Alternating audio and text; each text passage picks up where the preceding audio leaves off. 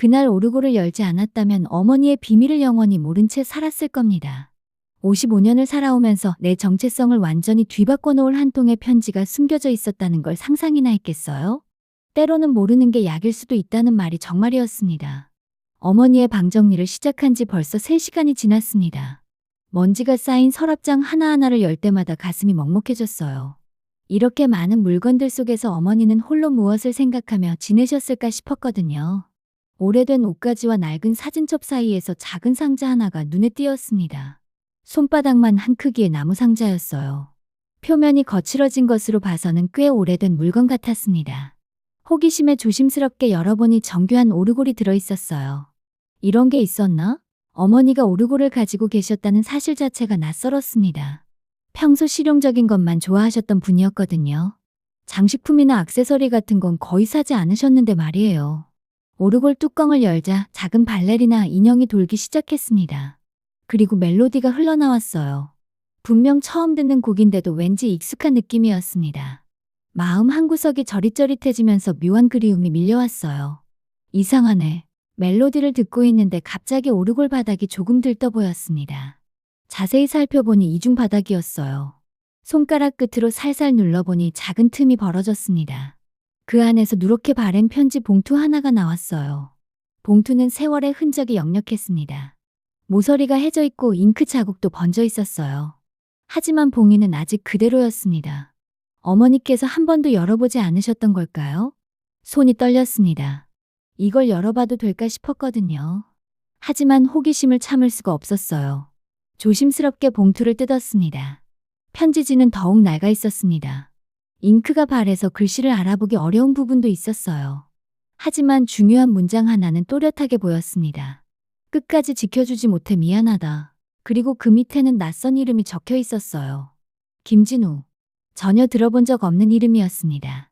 어머니 주변에 그런 분이 계셨던가 기억을 더듬어 봐도 떠오르지 않았어요. 편지를 읽는 순간 머릿속이 복잡해졌습니다. 이게 뭘까? 어머니가 왜 이런 편지를 간직하고 계셨을까? 그것도 오르골 속 깊은 곳에 숨겨두시다니요. 병원에 누워 계신 어머니 얼굴이 떠올랐습니다. 치매가 시작되면서 점점 기억을 잃어가고 계시거든요. 이제는 제 얼굴도 가끔 못 알아보실 때가 있어요. 이런 상황에서 이 편지에 대해 여쭤볼 수도 없고요.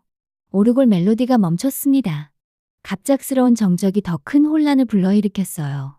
방 안에는 먼지 냄새와 함께 묘한 긴장감이 감돌았습니다. 김진우. 도대체 누구지? 편지를 다시 읽어봤지만 단서는 그 이름뿐이었습니다.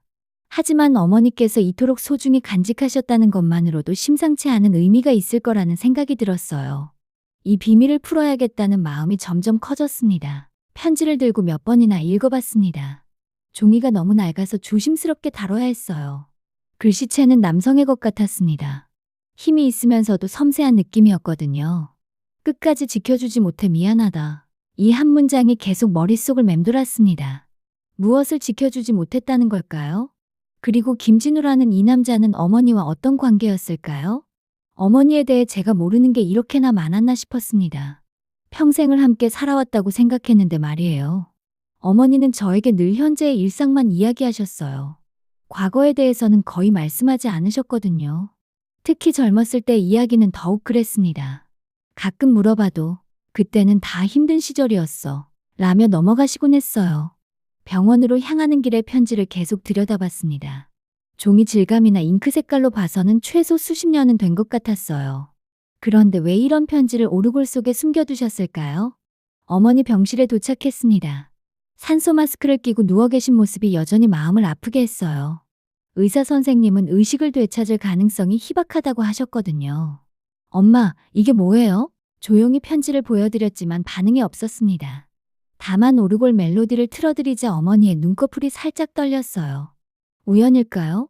아니면 이 멜로디에 특별한 의미가 있는 걸까요? 김진우라는 이름을 되뇌며 병실을 나왔습니다.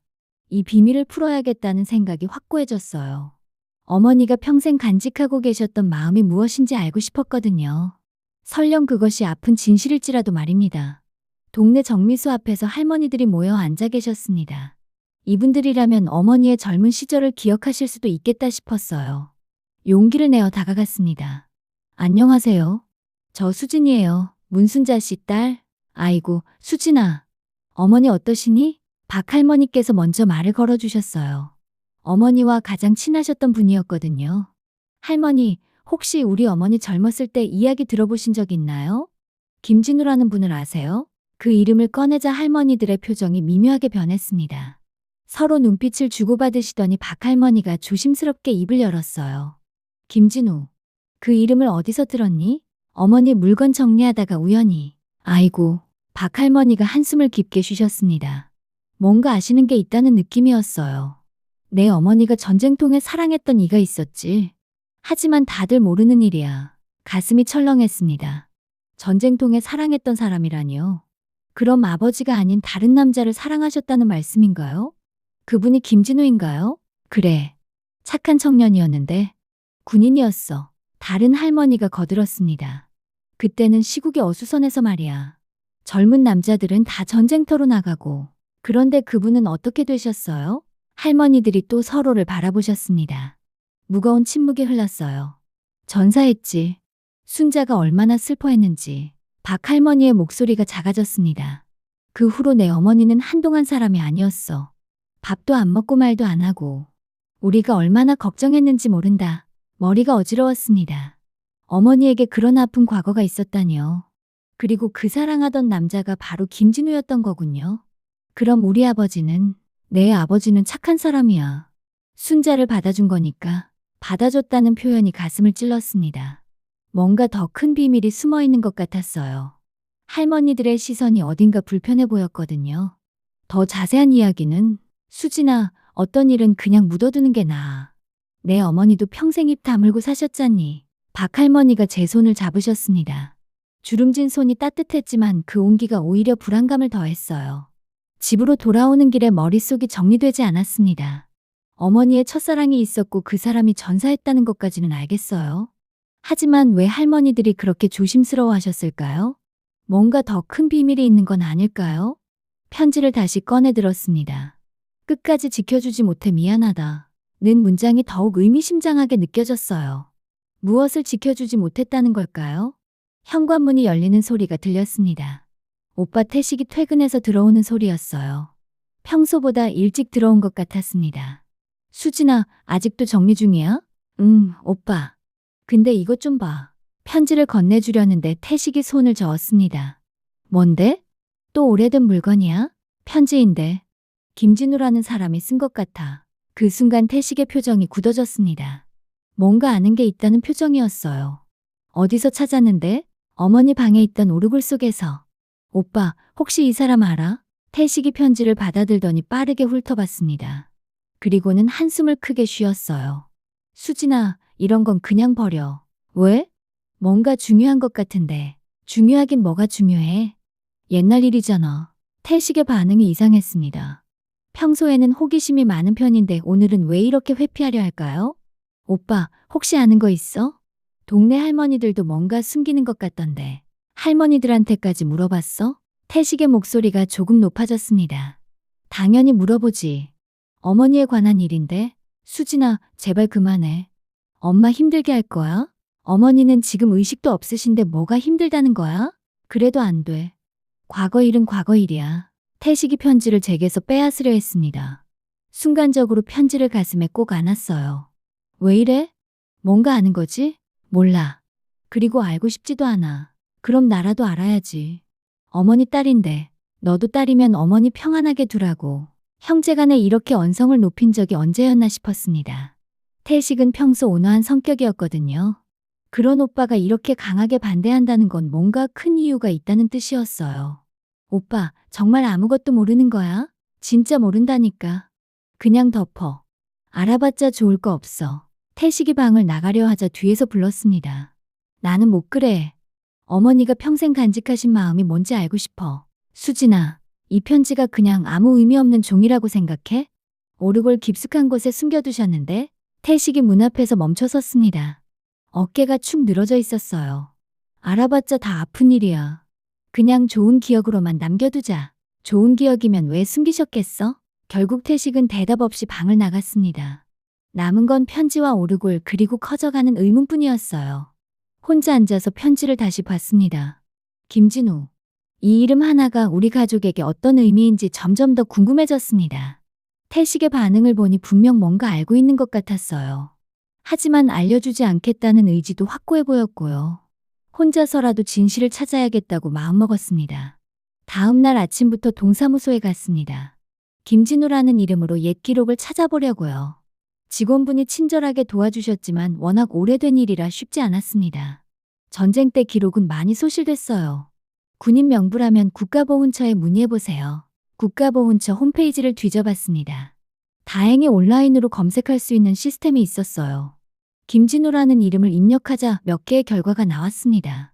그 중에서 나이와 출신 지역이 맞는 사람을 찾았어요. 김진우, 1928년생, 우리 동네 출신. 한국전쟁 중 전사로 기록되어 있었습니다. 전사 날짜를 보는 순간 온몸에 소름이 돋았어요. 1951년 3월 15일. 제가 태어난 게 1951년 12월이었거든요. 시기가 너무 묘하게 겹쳤습니다. 설마 머릿속이 하얗게 변했어요. 계산해보니 전사 날짜로부터 9개월 후가 제 생일이었습니다. 우연치고는 너무 정확한 시기였어요. 손이 떨려서 마우스를 제대로 조작할 수도 없었습니다. 혹시나 해서 김진우의 사진을 찾아봤어요. 군인 신분증 사진이 하나 있었습니다. 사진 속 남자는 20대 초반으로 보였습니다. 짧은 머리에 단정한 인상이었어요. 그런데 이상했습니다. 어디서 본 듯한 느낌이 들었거든요. 거울을 보니 알 것 같았습니다. 눈매가 비슷했어요. 코 모양도 그렇고요. 물론 확신할 수는 없었지만 묘한 기시감이 계속 들었습니다.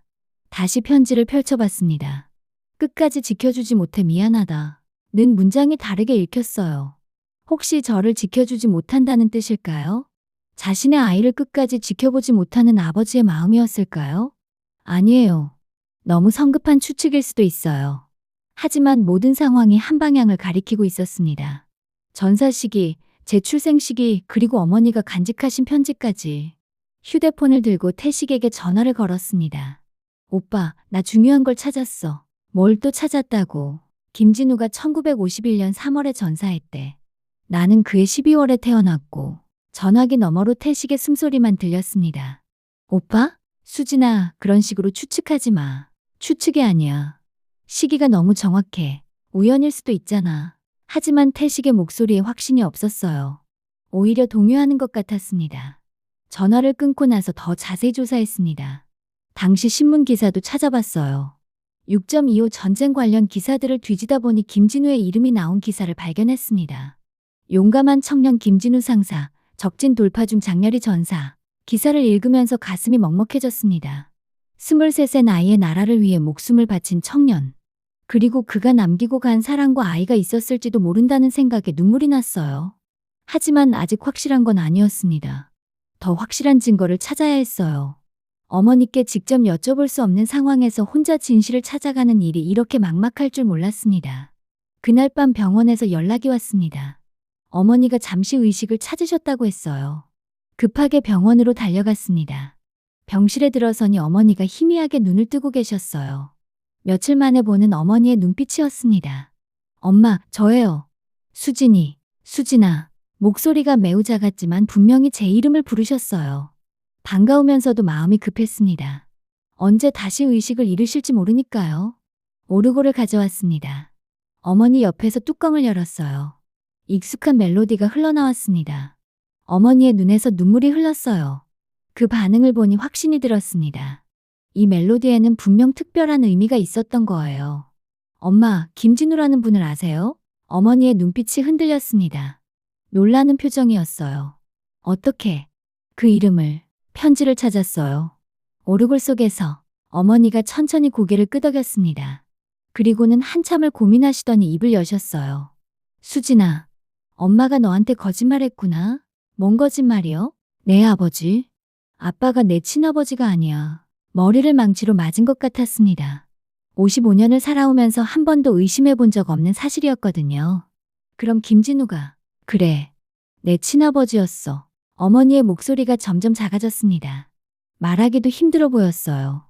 왜 말씀 안 하셨어요? 그때는 그럴 수 없었어. 전쟁통에 혼자 아이를 키운다는 건. 어머니가 눈을 감으셨습니다. 말을 이어가기 힘들어 하시는 것 같았어요. 진우는 좋은 사람이었어. 너를 얼마나 기다렸는지. 저를 기다렸다고요? 임신한 걸 알고 너무 기뻐했지. 그런데 어머니의 목소리가 떨렸습니다. 전쟁터에 나가서 다시 못 돌아왔어. 방안이 고요해졌습니다. 오르골 소리만 계속 흘러나왔어요. 어머니는 눈을 감고 계셨지만 눈물이 볼을 타고 흘렀습니다. 우리 아빠는 그걸 알고 계셨어요? 알고 있었지. 그래도 너를 친딸처럼 키워줬어. 가슴이 뭉클했습니다. 아버지가 혈연이 아닌 저를 그렇게 사랑해 주셨다니요. 엄마, 미안해, 수진아. 평생 숨기고 살았구나. 어머니가 제 손을 잡으셨어요. 차가운 손이었지만 따뜻함이 전해졌습니다. 이제 알았으니 진우한테 미안하다고 해줘. 그 말씀을 마지막으로 어머니는 다시 잠에 빠져드셨습니다. 저는 한참을 그 자리에 앉아 있었어요. 55년 만에 알게 된 진실이 너무 충격적이었거든요. 집에 돌아오니 태식이 거실에서 기다리고 있었습니다. 표정이 심각했어요.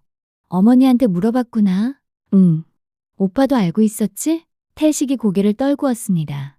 중학교 때 우연히 알게 됐어.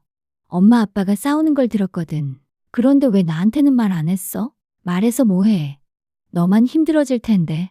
그건 내가 판단할 일이야. 태식이 일어나서 창가로 갔습니다. 뒷모습이 무거워 보였어요. 수진아, 우리 아빠가 얼마나 좋은 분인지 알잖아. 그분이 내 친아버지야. 혈연은 아니어도 정은 친아버지지. 그건 안 변해. 그럼 됐잖아. 왜 굳이 이런 일로? 오빠는 이해 못해. 내 정체성이 완전히 바뀐 거라고. 태식이 돌아봤습니다. 눈이 빨갛게 충혈되어 있었어요. 정체성이 뭐가 중요해? 내가 수진이인 건 안 변하잖아. 하지만 내 뿌리가 달라진 거야. 김진우라는 사람이 내 친아버지라니. 그 사람은 이미 죽었어. 70년도 더 전에. 죽었어도 내 아버지인 건 맞아. 둘 다 목소리가 높아졌습니다. 이런 식으로 싸우는 게 의미가 있나 싶기도 했지만 멈출 수가 없었어요. 수진아, 제발 그만해. 가족이 더 이상 흔들리면 안 돼. 나는 진실이 알고 싶다고. 그때 태식이 가방에서 뭔가를 꺼냈습니다. 오래된 사진이었어요. 이것도 봐라. 어차피 알 거 다 알았으니까. 사진을 받아보니 젊은 어머니와 군복을 입은 남자가 함께 찍은 사진이었습니다. 남자는 분명 김진우였어요. 군인 신분증에서 본 얼굴과 똑같았거든요. 오빠가 이걸 갖고 있었어? 아빠 유품 정리할 때 찾았어. 아빠도 알고 계셨던 거야. 사진 속 어머니는 정말 아름다우셨습니다. 그리고 김진우를 바라보는 눈빛이 사랑으로 가득했어요. 그런 표정을 제가 본 적이 있나 싶었습니다. 보기 좋지? 사랑하는 사이였으니까. 태식의 목소리가 씁쓸했습니다. 그럼 우리 아빠는 이 모든 걸 알고 어머니와 결혼하신 거야? 그렇지. 그리고 너를 친딸처럼 키우셨고. 왜? 사랑했으니까. 엄마를 그리고 너를. 그제야 아버지의 마음이 조금 이해됐습니다. 사랑하는 여자의 아이를 자신의 아이로 받아들인다는 게 얼마나 큰 사랑인지요. 하지만 동시에 혼란스러웠습니다. 내가 누구인지, 내 뿌리가 어디인지 다시 생각해야 했거든요. 이제 만족해? 태식이 쌀쌀하게 물었습니다. 만족이 아니야. 그냥 알고 싶었어. 알았으니 이제 그만두자. 더 이상 말할 힘이 없었습니다. 진실을 알았지만 마음이 편해지지는 않았어요. 오히려 더 복잡해진 기분이었습니다. 사흘 후 새벽 병원에서 전화가 왔습니다. 어머니의 상태가 급격히 나빠지셨다고 했어요. 태식과 함께 급하게 병원으로 향했습니다. 의사 선생님이 심각한 표정으로 말씀하셨어요. 오늘 밤이 고비입니다. 마지막 인사 나누세요. 어머니 곁에 앉아 손을 잡았습니다. 차갑고 작은 손이었어요. 이 손이 저를 55년 동안 보살펴 주셨다고 생각하니 눈물이 났습니다. 오르골을 가져와서 어머니 옆에 틀어놓았어요. 조용한 멜로디가 병실에 퍼졌습니다. 어머니의 얼굴이 조금 편안해지는 것 같았어요. 엄마, 김진우 아버지한테 전해드릴게요. 딸이 잘 크고 있다고. 어머니의 입가에 미세한 미소가 스쳤습니다. 그리고 저를 키워주신 아빠한테도 고맙다고 할게요. 두 분 다 저한테는 진짜 아버지예요. 태식이 제 어깨에 손을 올렸습니다. 형제 간의 갈등이 무의미하게 느껴지는 순간이었어요. 엄마, 평생 혼자 무거운 비밀을 간직하고 사시느라 힘드셨죠? 어머니의 호흡이 점점 약해졌습니다. 오르골 소리와 함께 조용히 마지막 숨을 거두셨어요. 그 순간 저는 깨달았습니다. 진실을 아는 것도 중요하지만 그보다 더 중요한 건 사랑이었다는 걸요. 어머니가 김진우를 사랑했고, 김진우가 저를 사랑했고, 아버지가 저희 모녀를 사랑해 주셨다는 것 말입니다. 태식이 조용히 말했습니다. 이제 이해해? 응. 오빠도 미안해. 너무 집착했나 봐. 아니야. 알 권리가 있었어. 어머니를 마지막으로 바라봤습니다. 고요한 얼굴이었어요. 평생 지고 다니셨던 무거운 짐을 내려놓으신 것 같았습니다. 오르골이 여전히 돌고 있었습니다. 작은 발레리나가 계속 춤을 추고 있었어요. 마치 어머니의 젊은 시절을 보는 것 같았습니다. 사랑했고, 이별했고, 그리움으로 살아오신 한 여자의 인생이었죠. 병실을 나오면서 태식과 나란히 걸었습니다. 오빠, 아버지한테는 어떻게 해? 아빠는 다 알고 계셔. 괜찮을 거야. 그래도 한번 이야기해봐야겠어. 그래. 이제 숨길 이유도 없고. 집으로 돌아와서 오르골을 다시 봤습니다. 이제 이 작은 상자가 단순한 장식품이 아니라는 걸 알았어요. 어머니의 첫사랑과 저희 뿌리가 담긴 소중한 유품이었습니다. 멜로디를 들으면서 생각했습니다. 김진우라는 사람을 직접 만나볼 수는 없지만 그의 흔적을 느낄 수 있었어요. 어머니를 사랑했고 저를 사랑했던 한 남자의 마음을 말입니다. 편지를 마지막으로 읽어봤습니다.